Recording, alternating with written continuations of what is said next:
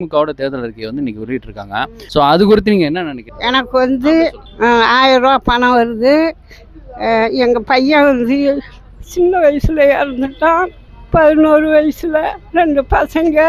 இந்த 1000 ரூபாயை நான் சேர்த்து என் பொண்ணுக்கு காலேஜ் பணம் கட்டிக்கிருக்கேன். என் மருமக காசில் பூ வாங்கிக்கிறேன். பூ கடை வச்சுருக்கேன். இப்போது இவர் 2000 ரூபான்னு சொல்லியிருக்காங்களே, அந்த 2000 இன்னும் 2 வருஷம் படிக்கணும். பாப்பா படிக்கணும். பிஎஸ்சி நர்சிங் படிக்க வச்சுருக்கேன்.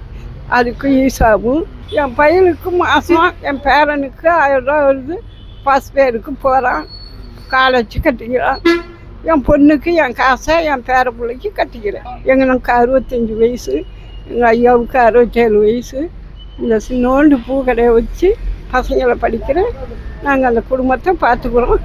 இப்போ ஐயா ஸ்டாலின் கொடுத்த பணத்தில் எனக்கு பிரச்சனை இல்லாமல் இருக்குது. வேற எதுவும் கோரிக்கை வச்சிருக்கீங்களா? வேறு எனக்கு ஒன்றும் வேணாம். எனக்கு இந்த பணம் வந்தாவே போதும். இப்போ இருக்கிற இதே போதும். இப்போ 2000 ரூபா அறிவிச்சிருக்காங்களா, அது குறித்து நீங்கள் என்ன நினைக்கிறீங்க? சந்தோஷம். இன்னும் நல்லா படிக்க வைக்குவேன். இன்னும் நல்லா படிக்க வைக்குவேன்.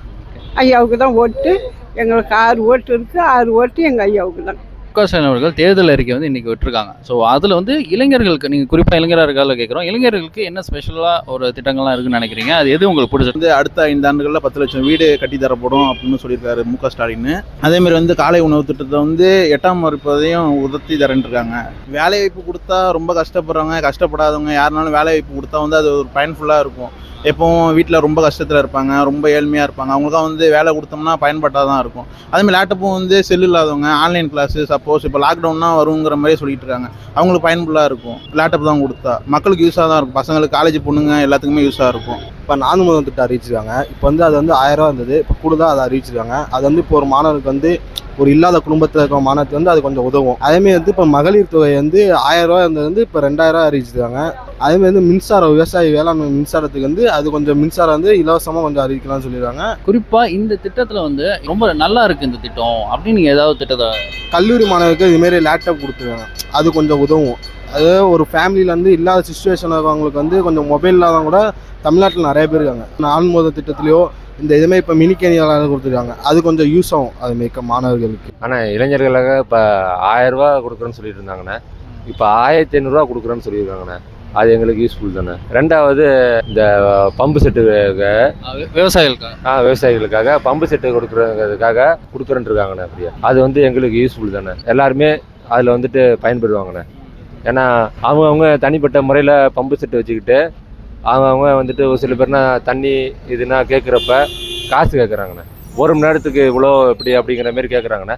அது இப்போ நம்ம தலைவர் அறிவித்தது வந்துட்டு ரொம்ப எங்களுக்கு பயன்புல்லாக இருக்குண்ணே. எல்லா கட்சிகளும் வந்து ஒரு தேர்தல் அறிக்கை விட்டுருக்காங்க. ஏடிஎம்கே விட்டுருக்காங்க, டிவிகே விட்டுருக்காங்க, எல்லாம் விட்டுருக்காங்க.